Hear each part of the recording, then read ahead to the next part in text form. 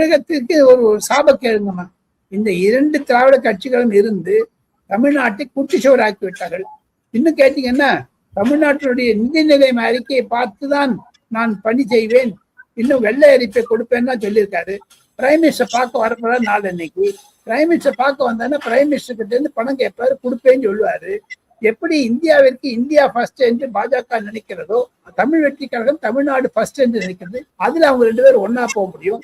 விஜய் அவர்கள் எப்படி தங்களுடைய கொள்கை எதிரி பாஜக, கட்சி எதிரி திமுக சொன்னாரோ, அந்த எதிரியை பார்க்க வரும்போது 2 பேரும் மனதிலேயே ஒரு குச்சு குச்சுன்னு இருக்கும் நிச்சயம். விஜய்க்கு ஃபர்ஸ்ட் டைம் பிரைம் மினிஸ்டர் பார்க்கறதுனால ஒரு கிரேட் ரெஸ்பெக்ட் இருக்குன்னு தான் நான் பார்க்கிறேன். காரணம் 13 வருடங்கள் குஜராத் சீஃப் மினிஸ்டர் இருந்திருக்காரு.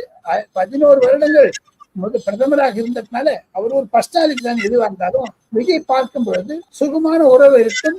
விஜய் அவர்களுக்கு மோடி அவர்கள் பல நல்ல பாடங்களை கற்றுத் தருவார்.